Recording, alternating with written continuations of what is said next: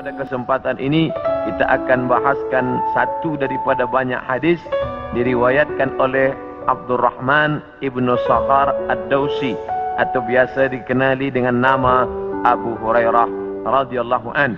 Hadis ini ada dalam kitab Sahih Al-Bukhari. Apa kata Nabi? La taqumus sa'ah. Hari kiamat tidak akan terjadi hatta hingga yuqbadal ilmu. Yang pertama, dalam hadis ini ada 6 tanda. Ini yang akan kita bahaskan. Yang pertama, yuqbadal ilmu. Ilmu dicabut. Innallaha la yaqbidul ilma intiza'an. Allah tidak mencabut ilmu seperti mencabut pokok kayu dengan akarnya sekali.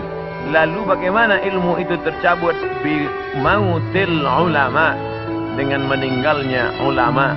Ketika Imam Syafi'i meninggal, maka berapa cabang ilmu hilang. Imam Syafi'i alim dalam bahasa Arab, Imam Syafi'i alim dalam tafsir, Imam Syafi'i alim dalam fiqh, Imam Syafi'i alim dalam hadis, bahkan bergelar Nasirus Sunnah. Imam Syafi'i yang pertama kali menyusun usul fiqh. Lalu kemudian ketika meninggal, masih ada digantikan oleh murid-muridnya, Al-Muzani, Al-Buwaiti, Rabi' Al-Muradi. Tapi kemudian makin ke bawah, maka hilanglah ilmu. Maka yang muncul orang jahil yang kemudian dianggap sebagai orang berilmu. Wal'iyadzubillah, na'udzubillah. Maka saya pribadi tak pernah berkata menurut faham saya, menurut pendapat saya, kerana saya takut tergolong dalam orang yang disebut Nabi al-juhala, orang jahil tapi seperti berilmu. Zahirnya orang menyangka berilmu padahal tidak. Maka selalu saya mengambil pendapat ulama.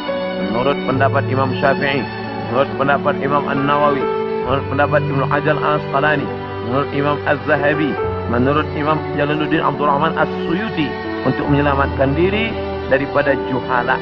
Na'udzubillah. Maka nanti kata Nabi SAW, sebelum hari kiamat bermunculanlah juhala kerana pandai berbicara, kerana berpakaian ulama. Al-juhala yalbisuna libasal ulama. Orang jahil tapi memakai pakaian ulama, pandai berbicara, lalu orang menyangka dia alim, padahal dia tak lebih daripada orang dhalla wa adalla, sesat dan menyesatkan.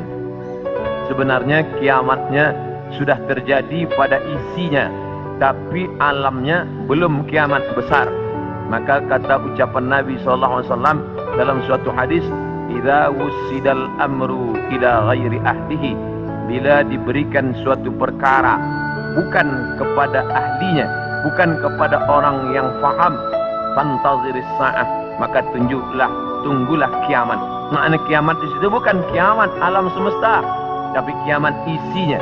Bila pembinaan masjid ini diberikan kepada orang yang tidak pakar, tidak memiliki kepakaran pada bidang itu, fantaziris sa'ah, maka tunggulah sa'ah, kiamat, hari kiamat. Makna kiamat di situ bukanlah kiamat alamnya, tapi isinya sudah kiamat. Begitu juga dengan ucapan Nabi tentang masalah idza waqa'a ala ahadikumul qiyamah, bila terjadi kiamat pada salah seorang kamu, wa fi yadihi fasilah, di tangannya ada anak korma, fal yaghrisha, tanamlah, kerana dia akan menanam itu, lalu kemudian dia mati.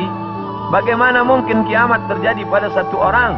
Maka makna kiamat dalam hadis ini alamnya tidak kiamat, tapi orang itu mengalami kiamat, maknanya mati dia.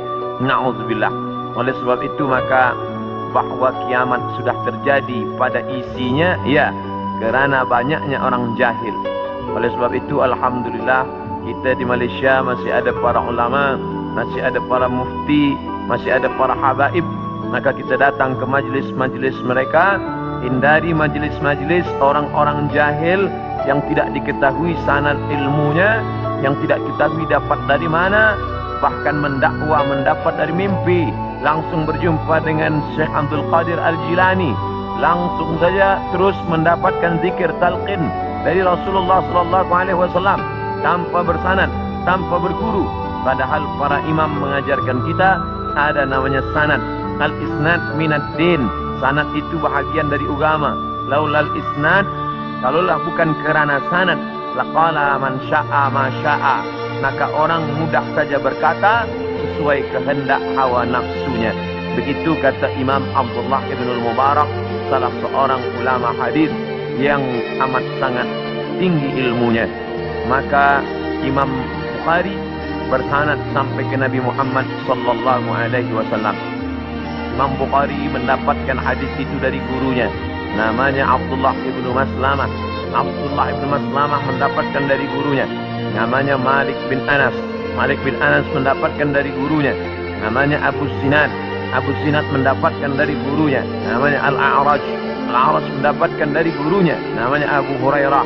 Abu Hurairah mendapatkan dari gurunya, namanya Sayyidina wa Maulana Muhammad sallallahu alaihi wasallam. Dan di antara sanad itu mesti diteliti pula, orang ini mestilah adil. Makna adil menjauhi dosa besar, menghindari dosa kecil. Lawan daripada kata adil adalah fasik. Wallahu la yahdil qaumal fasiqin. Allah tak berikan hidayah kepada orang yang fasik. Adapun orang yang adil tapi dia tidak dhabit, tidak kuat ingatannya, maka dia juga tidak layak diambil ilmu daripadanya. Oleh sebab itu apa kata Imam Malik bin Anas, guru Imam Syafi'i? Makamnya di Baqi di samping Masjid Nabawi, meninggal tahun 179 Hijrah. Aku berjumpa dengan 70 orang di dalam masjid ini, maksudnya Masjid Nabawi di Madinah. Andai aku minta satu di antara mereka berdoa, maka turun hujan saking makbulnya doa mereka. Tapi tidak aku ambil hadis satu pun dari ke-70 orang itu. 70 orang zuhud, ahli ibadah, abid, banyak ibadahnya, kabul doanya. Andai aku minta satu orang berdoa, turun hujan, begitulah kabulnya. Tapi aku tidak mengambil ilmu dari mereka kerana tidak dhabit, kuat ingatannya. Begitulah ulama menapis supaya jangan sampai mengambil ilmu daripada orang jahil. Kerana di antara tanda kiamat adalah yuqbadul ilmu, bahwa ilmu dicabut Allah Subhanahu wa taala. Maka bila kita masih ada kajian-kajian khas tafsir, khas fiqh, khas usul fiqh, khas hadis, maka kita hadir, kita dengarkan, kita pahami, kita rakamkan, kita share. Maka dia bagian dari dakwah. Tapi bila itu sudah tampak banyak menebar, sebenarnya salah satu daripada tanda hari kiamat.